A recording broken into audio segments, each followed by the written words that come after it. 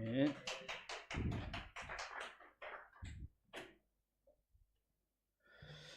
하나님께서 오늘 저희들에게 주신 말씀은 마태복음 28장 1절부터 20절까지 말씀입니다.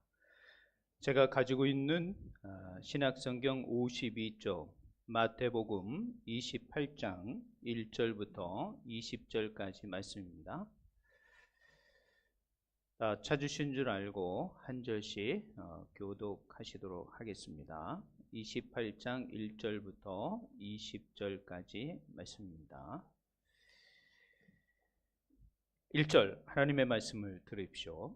안식일이 다 지나고 안식 후 첫날이 되려는 새벽에 막달라 마리아와 다른 마리아가 무덤을 보려고 갔더니 큰 지진이 나며 주의 천사가 하늘로부터 내려와 돌을 굴려내고 그 위에 앉았는데 그 형상이 번개 같고 그 옷은 눈같이 희건을 지키던 자들이 그를 무서워하여 떨며 죽은 사람과 같이 되었더라. 천사가 여자들에게 말하여 이르되 너희는 무서워하지 말라. 십자가에 못 박히신 예수를 너희가 찾는 줄 내가 아노라.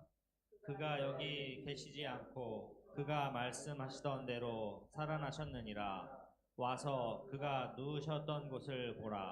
또 빨리 가서 그의 제자들에게 이르되 그가 죽은 자 가운데서 살아나셨고 너희보다 먼저 갈릴리로 가시나니 거기서 너희가 배우리라 하라. 보라 내가 너희에게 일렀으니라 하거늘. 그 여자들이 무서움과 큰 기쁨으로 빨리 무덤을 떠나 제자들에게 알리려고 다름질을 할세. 예수께서 그들을 만나 이르시되 평안하냐 하시거늘 여자들이 나아가 그 발을 붙잡고 경배하니 이에 예수께서 이르시되 무서워하지 말라.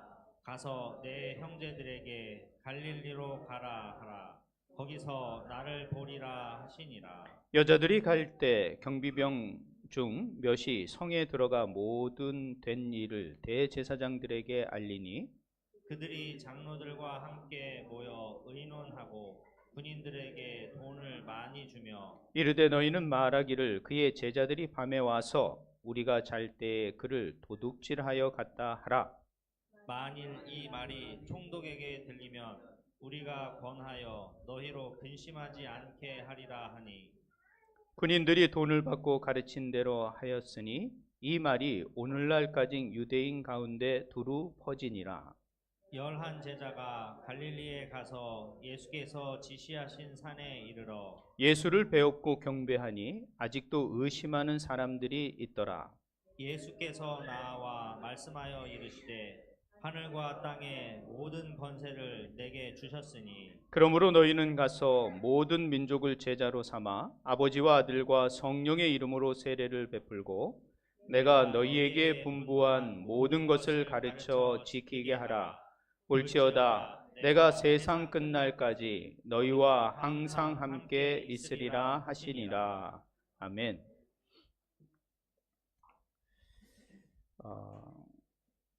드디어 이 마태복음을 마지막으로 설교하게 됐습니다. 1년 6개월 동안 이 마태복음을 강해하면서 언젠가는 끝이 나겠지 했지만 드디어 마지막 시간이 된 것 같습니다.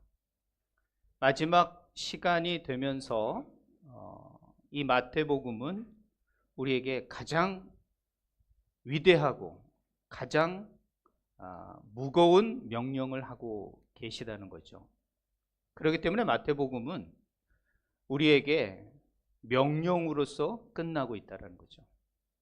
이 말은 아직도 우리가 해야 할 일이 있다. 이 땅에서 우리가 살아가야 할 목적과 방향을 말씀해 주고 있다는 것이죠. 예수님은 다시 오시기 위하여 그 다시 오실 때까지 주님의 제자들이 무엇을 할지를 말씀해 주고 있다는 거죠. 여러분 각자 인생을 살아가고 있습니다. 그러나 인생에는 목적이 있어야 합니다.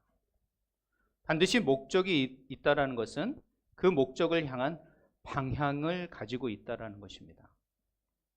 어떤 방향을 가지고 사느냐, 그것은 삶의 목적을 가지고 사는 것과 같은 것을 의미하는 것이죠.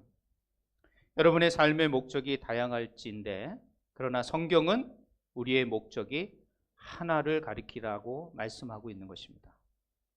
여러분이 어떤 삶을 인생을 살아가든 여러분의 오늘 성경의 말씀의 이 목적이 저와 여러분의 삶의 목적이 되기를 소망드립니다.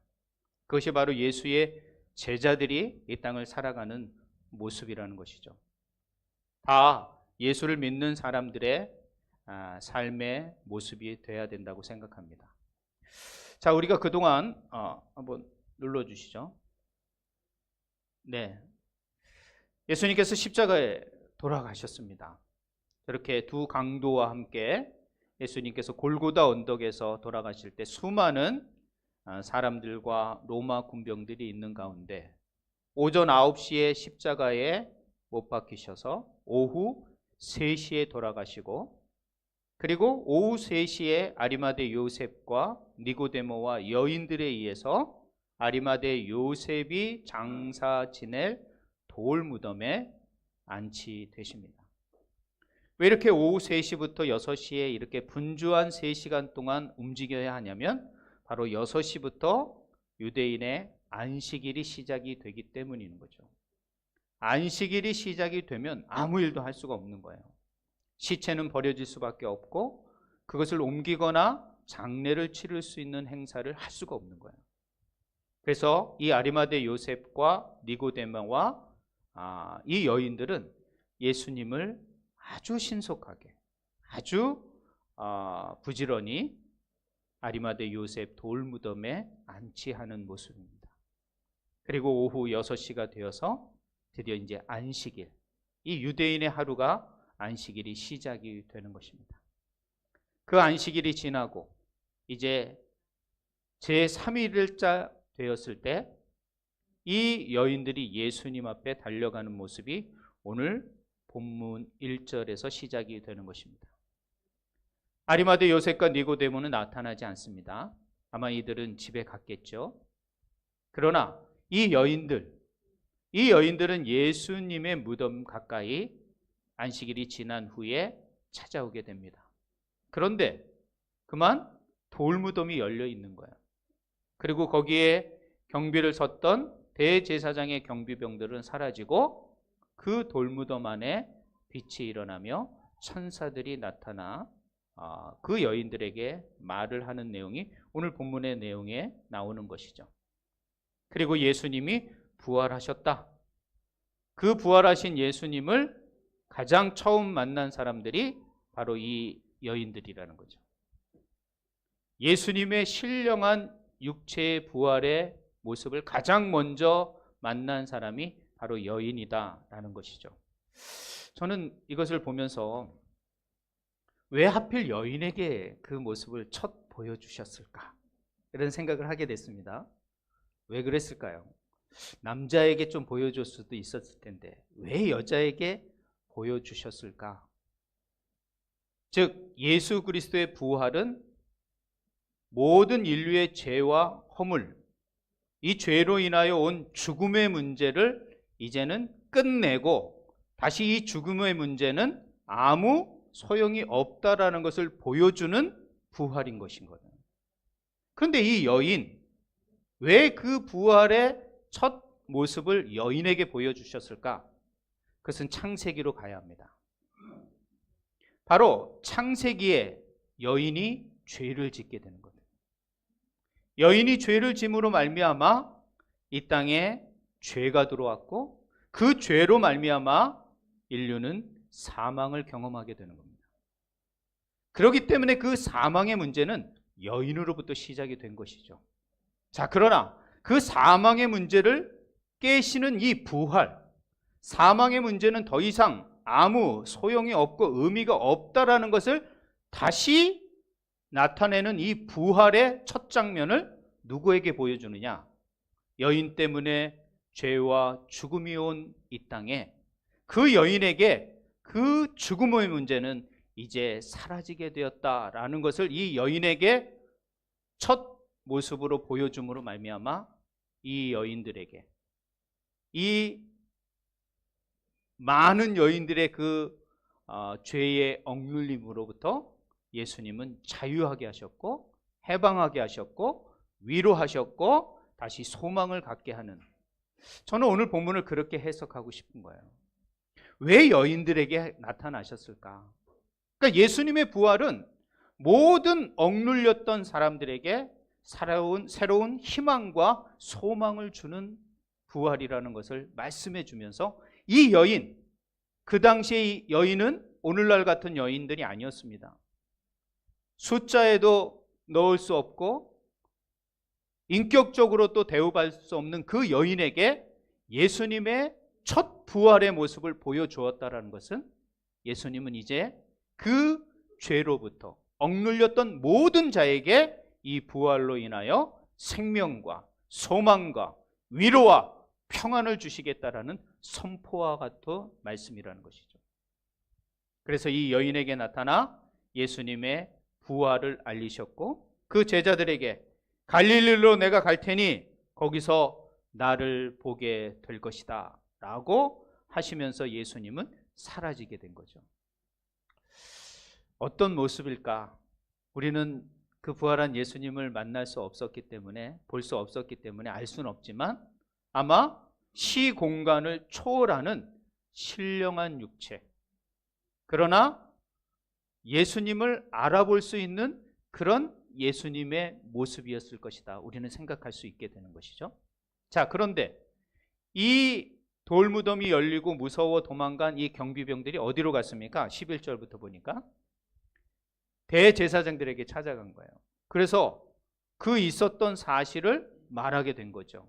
그래서 예수님이 부활하셨다라는 것을 알렸습니다. 똑같이 이 부활의 소식을 알렸는데 이 사람들은 어떻게 반응합니까? 그것을 거짓으로 여기고 어떻게 됩니까? 그것을 거짓말로 덮으려는, 즉 제자들이 밤에 몰래 와서 그 시체를 훔쳐갔다라고 버티려라, 이렇게 말을 한 거예요. 그리고 뭘 줍니까? 돈을 주는 거예요. 돈 몇 푼에 예수님의 부활을 덮으려는, 또 예수님의 부활을 어떻게 돼요? 거짓으로 만드는 이 유대인, 그리고 많은 사람들을 우리는 보게 되는 것이죠. 그리고 15절에 뭐라고 말합니까? 오늘날까지는 그러면 지금 21세기가 아닙니다. 그렇게 보면 안 되고, 이 본문은 어떻게 봐야 되냐면 이 마태복음이 쓰여질 그 당시, 즉 50년부터 60년, 70년 상간이라는 거예요. AD. 그러니까 그 당시에 많은 사람들이 예수님은 시체가 없어진 거는 제자들이 그 시체를 훔쳐 도망가서 어디다가 두었기 때문에 없어졌다, 이렇게 얘기를 하는 거예요. 그러나 2000년이 지난 역사적으로 부활은 거짓이 아니라 사실이라는 것을 말하고 있는 거죠. 그래서 오늘 본문 16절부터 20절을 말하기 전에 1절부터 15절까지 우린 부활에 대해서 좀 몇 가지를 생각해 봐야 할 것 같습니다. 물론 부활절이 아니지만 예수님의 부활의 사건을 좀 정리할 필요가 있다고 생각을 합니다. 자, 부활을 믿으면 알게 되는 사실이 있습니다. 여러분이 부활을 믿어야 되는데 이 부활은 믿기가 참 어렵습니다. 왜냐하면 역사적으로 반복적으로 일어나는 사건이 아니거든요. 역사적 사실임에도 불구하고 반복적으로 일어나는 것이 아니기 때문에 누구나 그것을 볼 수가 없고 알 수가 없다라는 거예요. 역사는 그런 것입니다. 옛날에 이순신 장군이나 세종대왕이 있었다는 걸 여러분 보셨습니까? 보질 못했어요. 그럼 어떻게 그 역사적 사실을 우리는 사실로 알고 믿을 수가 있는 거죠? 바로 기록이라는 것을 통하여 알 수가 있게 되는 거죠. 그 기록들이 많으면 많을수록 그 역사적 인물과 그 역사적 그 사건은 진실이라는 걸 우리는 알 수가 있게 되는 것이죠. 자, 그렇다면 예수님의 부활을 증거하는 수많은 사람들의 기록이 남아있다는 거예요. 여러분이 보는 이 마태복음도, 여러분이 보는 이 성경도 예수님의 부활을 증거하는 기록 중에 하나라는 것이죠. 이것뿐인가요? 예수님의 부활을 말하는 것은 너무도 많이 있다는 거예요. 빈 무덤, 그리고 그 경비병들, 또 그 당시에 있었던 그 예수님을 만났던, 부활체를 만났던 사람들, 수많은 사람들의 그 모습을 우리는 그 역사적 기록을 보면서 예수님의 부활이 거짓이 아니라 사실이라는 것을 우리는 믿을 수밖에 없는 게 되는 것이죠. 근데 많은 사람들은 그 역사적 그 기록을 신빙성이 없다, 아니다 라고 생각하는 수많은 사람들, 이 부활을 목격한 경비병조차도 돈 앞에서 이 소식을 들은 이 대제사장들도 그 놀라운 사실 앞에서도 의심하고 믿지 않는 사람들이 있듯이 오늘날에도 이 수많은 사람들은 예수의 부활을 믿지 않습니다. 그러나 예수의 부활이 없다라고 말하기에는 너무도 많은 역사적 기록이 남아져 있기 때문에 우리는 예수의 부활이 거짓이 아니라는 것을 받아들일 수밖에 없다라는 거예요. 여러분이 예수 부활을 본 사람이 몇 있겠습니까? 사실 부활하신 예수님을 마지막으로 본 사람은 아마 사도 바울일 것입니다. 그래서 자신의 인생을 완전히 변화된 삶을 살아간 사람이 바로 바울이었던 것이죠. 자, 이렇게 예수님의 부활을 믿으면 알게 되는 5가지의 사실을 좀 생각해 보려고 합니다. 첫 번째, 예수님의 부활을 믿게 되면요, 하나님이 살아계시다는 걸 믿게 되는 거예요. 우리는 하나님이 영이시기 때문에 하나님 볼 수가 없습니다. 그러나 이 부활을 통하여 하나님의 말씀, 하나님의 살아계심이 진짜 있구나라는 걸 믿게 되는 거예요. 볼 수는 없지만 예수 그리스도가 다시 살아남으로 말미암아 하나님은 살아계시다라는 것을 깨닫게 되고 알게 되는 거예요. 그래서 예수 그리스도를 바라보는 게 너무도 중요한 것입니다. 예수 그리스도의 부활을 믿고 바라보는 것이 그렇게 중요한 겁니다. 그럴 때 우리는 하나님을 볼 수가 있고 하나님의 살아계심을 경험할 수 있게 되는 것이죠. 두 번째는 죽음이 인생의 끝이 아니구나 라는 걸 알게 되는 거예요. 죽음으로써 우리의 인생이 끝나는 게 아니구나, 죽음 이후에 새로운 세상이 있구나 라는 놀라운 발견을 하는 것입니다.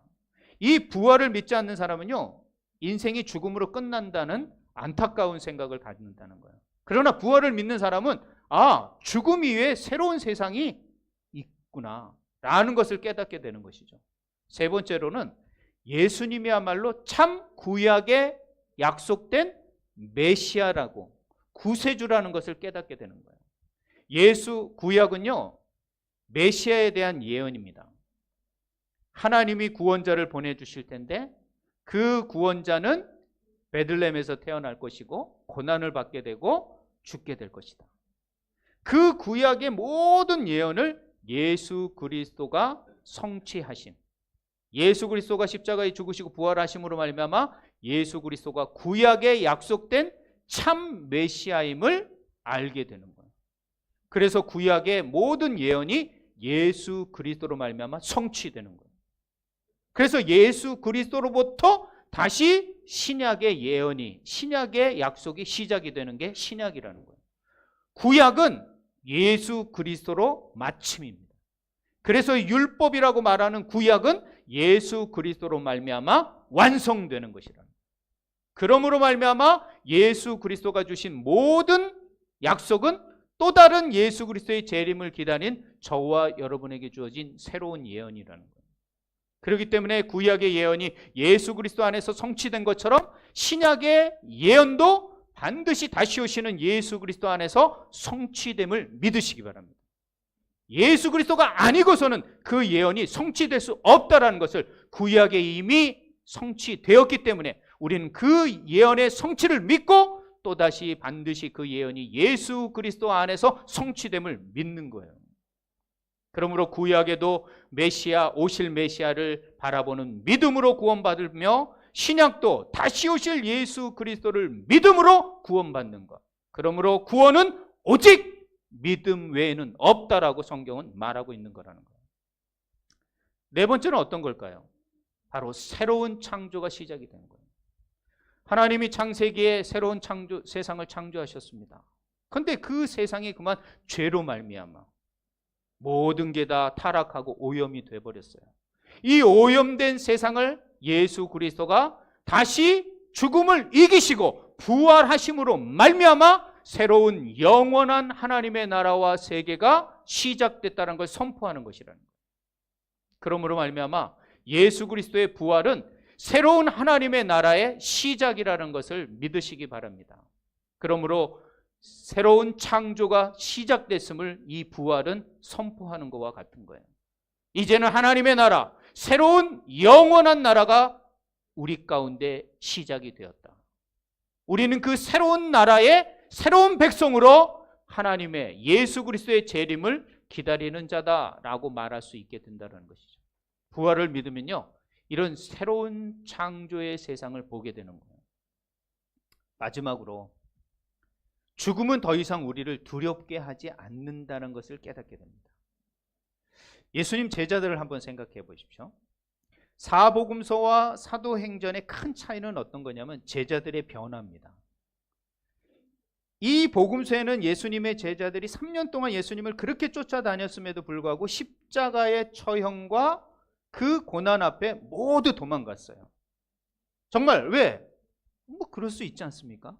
죽음이 두렵고 잡혀서 고통받고 고문당하는 게 두려울 수 있지 않겠습니까? 죽음이라는 게 인간에게 얼마나 큰 고통인지 아시지 않습니까, 여러분? 여러분은 아직 죽음 앞에 서지 못해서 그렇게 못 느끼시는 것 같은데, 죽음 앞에 선 인간은요, 누구나 다 두려움을 느끼게 되는 것입니다. 그런데 이 부활을 믿고 알게 되면요, 더 이상 이 죽음이 우리를 두렵게 할 수 없다는 거죠. 이 죽음의 두려움으로부터 해방될 수 있다는 것이죠. 제자들을 한번 사도행전에 보십시오. 부활하신 예수님을 목도하고 만나고 경험한 제자들이 어떻게 바뀌었는지요? 도망갔던가요?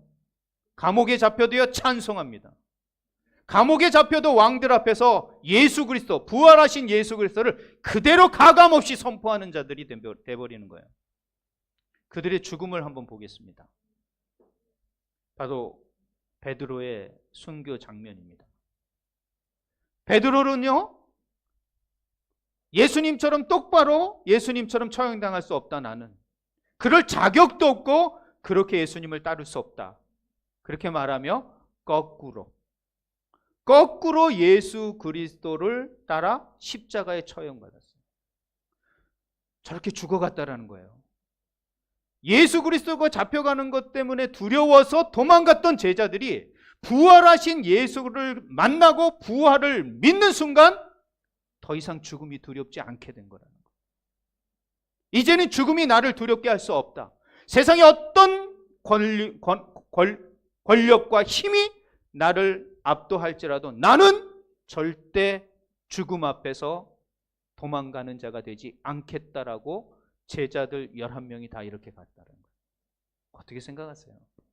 도대체 예수를 버리고 다 도망갔던 제자들이 부활하신 예수 그리스도를 만나고 경험하자 이 놀라운 모습으로 변화됐다는 것은 바로 그들이 이제 부활을 믿음으로 말미암아 죽음이 더 이상 그들을 두렵게 하거나 그를 도망가게 하거나 그를 무섭게 할 수 없다라는 것을 알게 된 거예요.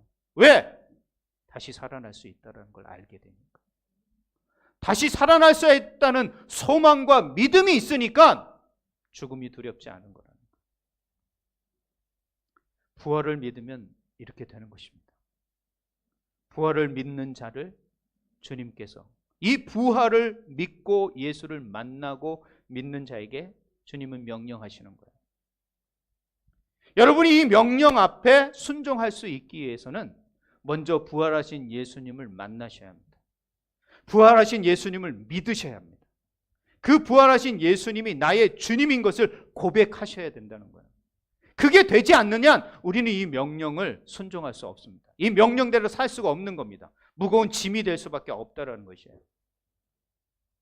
그러나 적어도 이 자리에 앉아서 예배를 드리는 저와 여러분은 분명히 예수님이 여러분을 택하시고 불러주신 하나님의 사람인 줄 믿으시기 바랍니다. 그리고 내가 그 부활의 증인이며 부활을 믿는 사람이라는 걸 믿으셔야 됩니다. 왜냐하면 이 부활을 믿지 않고서는 내 입으로 예수 그리스도를 구주라고 시인할 수 없기 때문이라는 거예요. 그러므로 여러분, 우리는 부활을 의심케 하는 수많은 것들로부터 우리는 믿음을 지켜나가야 된다는 것이에요. 참, 이렇게 부활의 경험과 부활의 믿음이 있는 자에게 주님께서는 어떤 명령을 내렸을까? 오늘 16절부터 20절, 특별히 18절부터 20절의 말씀인데요. 너무도 중요한 말씀이에요. 마지막이에요. 마지막 마태가 기록하고 끝내는 본문이기 때문에 이것은 정말 모든 성도들이, 하나님을 따르고자 하는 모든 사람들이 순종해야 할 가장 최후의, 가장 소중한, 가장 위대한 그런 그레이트 명령이 되는 거예요. 정말 중요한 겁니다. 이게 우리의 인생의 방향이 되고 목적이 되기를 바라는 거죠. 저는 30, 40년 전에 이미 이런 목적과 방향을 잡고 사실 달려온 거거든요. 근데 저만 그렇게 달려오는 건 아닙니다. 우리 모두가 그렇게 달려갈 수 있다라는 것이죠. 이 말씀을 해석할 때 우린 그것을 알 수가 있게 되는 거죠. 첫 번째는요, 예수님께서 오늘 18절에 뭐라고 그랬냐면 내가 하늘과 땅의 모든 권세를 주겠다라고 말하는 거예요. 권세를 주겠다라는 거예요. 권세. 여러분, 이 권세라는 말은 어떤 말이냐면은 악한 세력을 제어할 수 있는 능력을 말하는 거예요. 악한 세력, 즉 부활을 믿지 못하게 하고 하나님을 의지하지 못하게 하고 예수 그리스도를 바라보고 따라가지 못하게 하는 수많은 유혹과 악의 힘으로부터 그것을 이겨낼 수 있는, 막아낼 수 있는 힘, 이게 바로 권세라는 거예요. 그러니까 그 권세가 뭘까? 그럼 막연하잖아요. 그게 바로 성령입니다. 성령을 여러분에게 부어주시는 거예요. 사도행전에 딱 가면 무서워 떨어서 마가다락방에 있었던 그 하나님의 백성들에게 무엇을 먼저 부어주십니까? 성령을 부어주시는 겁니다. 그러므로 그들이 나아가서 증인이 되게 하신다는 거예요. 부활하신 주님을 증인하는 증인들이 되게 하신다는 거예요. 그렇기 때문에 예수 그리스도는 먼저 우리에게 제자가 되기 전에 뭐예요? 성령을 먼저 부어주신다는 걸 믿으시기 바랍니다. 이 성령은 여러분이 입술로 예수 그리스도를 고백하는 순간, 받아들이는 순간 그 예수의 영이 저와 여러분 가운데 임재하는 거예요. 이건 신비한 겁니다. 영이기 때문에 눈으로 볼 수도 없습니다. 그러나 느낄 수 있고 우리가 살아감으로써 우리의 변화를 통하여 성령이 나와 함께 하심을 경험하게 되는 것이죠. 이 성령이 여러분과 함께 있으셔야 합니다. 이 성령을 구하길 원하십니까? 그럼 예수 그리스도 십자가를 바라보시고 그를 구주로 영접하십시오. 그러면 신비한 이 성령의 경험을 감당하실 수 있게 됩니다. 이것은 제가 어떻게 도와드릴 수가 없는 겁니다. 각자의 심령 속에 성령이 임하셔야 되니까 여러분이 기도하시고 사모하시고 구하셔야 돼요. 구하는 자에게 주십니다. 그렇기 때문에 이 권세를 성령과 더불어 하나님께서 충만하게 주시죠. 그리고 두 번째 말씀하시는 게 뭐냐? 가라라는 말이에요. 가라. 가는데 누구에게 가느냐? 모든 민족에게 가게 돼요. 사실 이 가라는 말은 유대인들에게 가라 이렇게 말해야 되는 거예요, 원래. 근데 유대인이라고 말하지 않고 모든 민족이라고 마태는 말하고 있다는 것은 이제 민족을 넘어, 국경을 넘어, 땅을 넘어, 자신의 문화를 넘어 타 문화권으로, 전혀 다른 나라로, 다른 지역으로. 여러분이 지금 베트남에 오셨죠? 말도 다르고 문화도 다르고 그런 어떤 역사도 다른 그런 땅으로 오셨거든요. 여러분이 이렇게 오신 거는요, 이미 여러분이 가고 싶지 않아도 그냥 하나님께서 가게 하신 거예요. 가게 하신 거야. 참 이렇게 내가 오고 싶음에서 자발적으로 오신 분도 있지만 비자발적으로 오신 분들이 또 많이 있거든요. 그것은 바로 주님의 모든 인생의 섭리와 계획하심이 있는 거죠. 자, 그러면서 가라. 그러면 가야지 뭔가 일이 이루어져요. 여러분, 게으른 사람과 게으르지 않는 사람의 특징이 뭐죠? 움직이느냐 움직이지 않느냐. 게으른 사람은요 절대 아무 일도 일어나지 않습니다.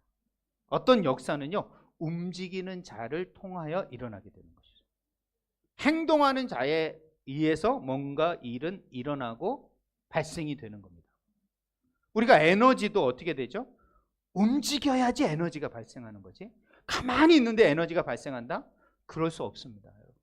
그렇기 때문에 우리가 무슨 역사나 어떤 결과나 열매를 맺기 위해서는 반드시 움직여야 됩니다.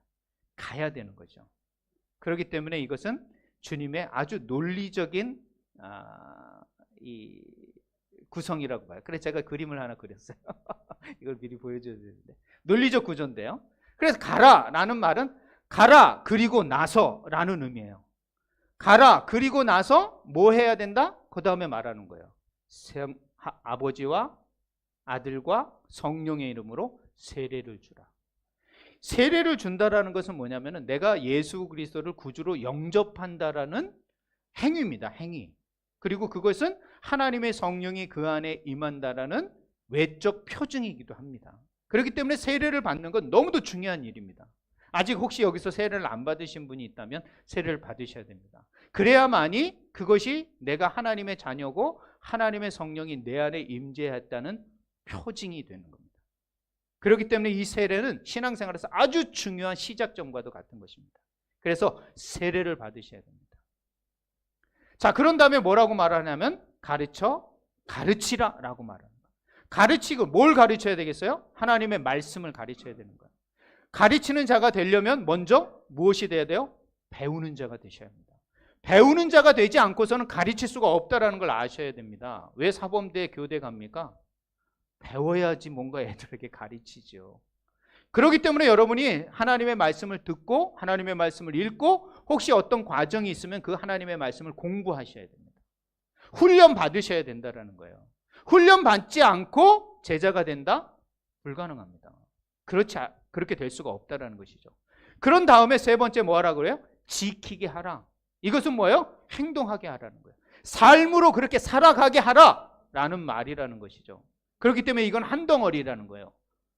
가면 움직이고 나면 그곳에서 너는 복음을 전해 세례를 받게 하고 예수 그리스도를 영접하게 하고 그들에게 더 하나님의 말씀과 하나님의 진리, 하나님 나라의 진리, 예수 그리스도가 가르친 것을 가르치고 그것을 또 그렇게 살아낼 수 있는 그런 지키게 하는 삶을 살게 하라. 그런 다음에 마지막에 뭐라고 말하냐면 제자를 삼으라. 제자를 삼는다라는 것은요, 이런 과정이 지나가야 되는 거예요. 권세를 받아야 됩니다. 그리고 가야 합니다.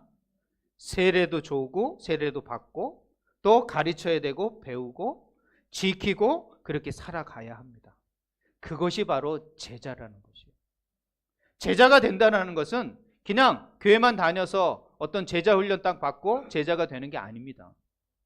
제자라는 것은 바로 부활의 증인으로서 내가 먼저 하나님의 성령에 충만하고 또 어디든 내 가족과 내 이웃과 믿지 않는 모든 민족에게 가는, 행동하는, 그들과 함께하는 삶으로 세상 속으로 들어가셔야 합니다.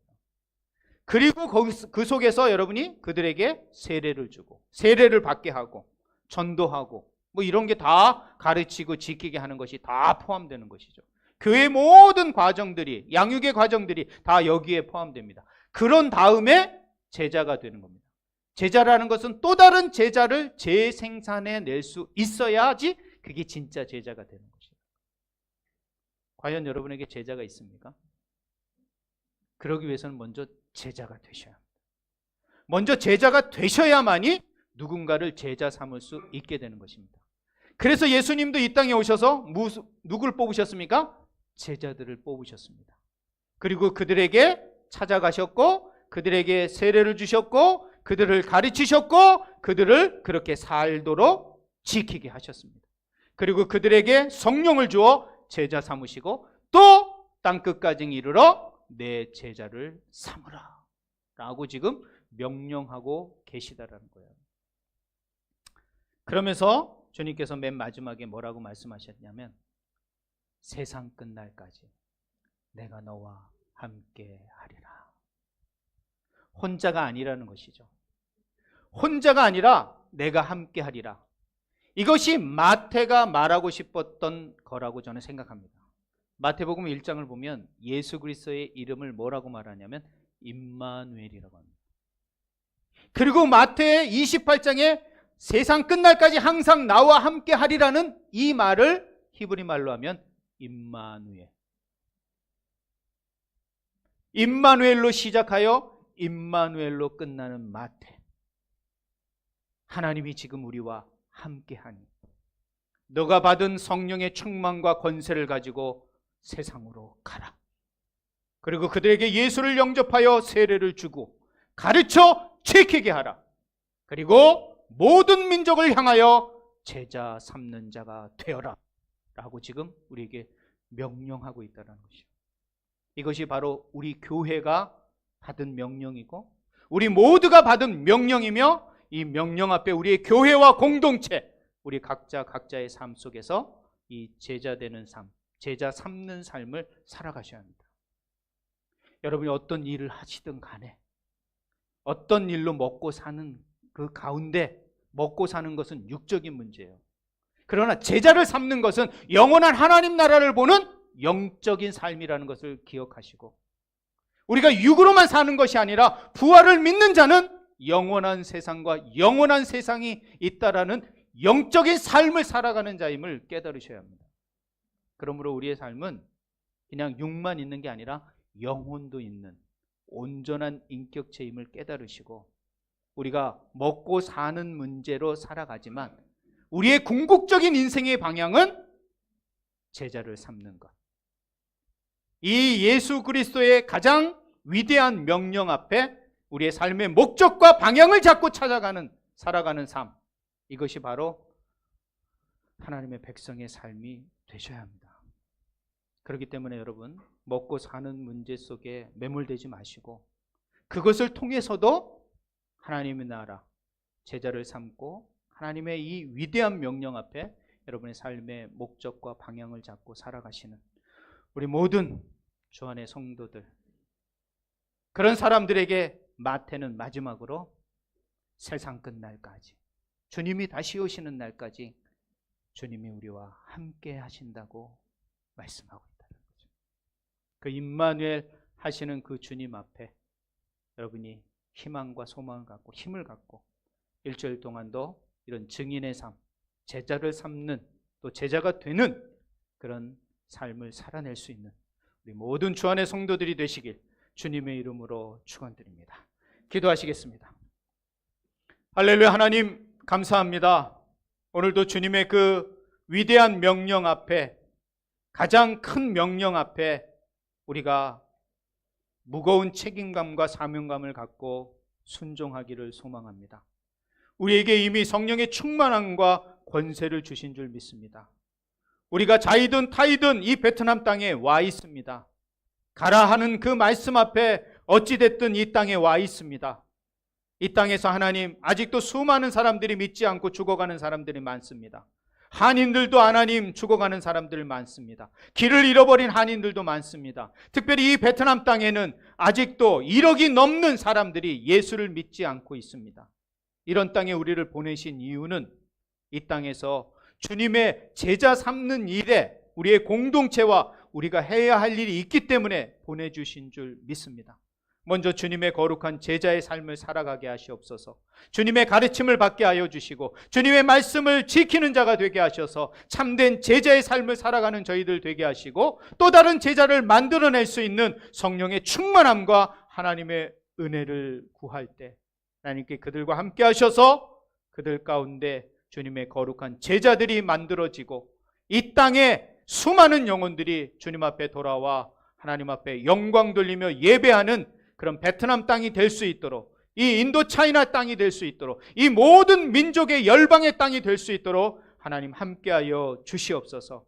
이 시작이 저희의 공동체를 통하여, 저희들의 삶을 통하여, 저희들의 인생을 통하여 시작되기를 소망합니다. 하나님 함께하여 주시고 오늘 하나님 앞에 결단하며 기도하는 모든 심령들에게 하나님 제자됨에, 제자를 삼는 일에 인생의 방향과 목적을 가지고 살아갈 수 있는 모든 인생들이 될 수 있도록 함께하여 주시옵소서. 결단한 모든 심령들과 하나님께서 주님 오실 때까지 함께하시며 임마누엘 하신다는 그 믿음으로 승리하는 우리 모든 주의 성도들이 되게 하실 줄 믿사오며 다시 오실 예수님의 이름 받들어 감사하며 기도드렸사옵나이다. 아멘. 찬송가 180장 부르시면서 준비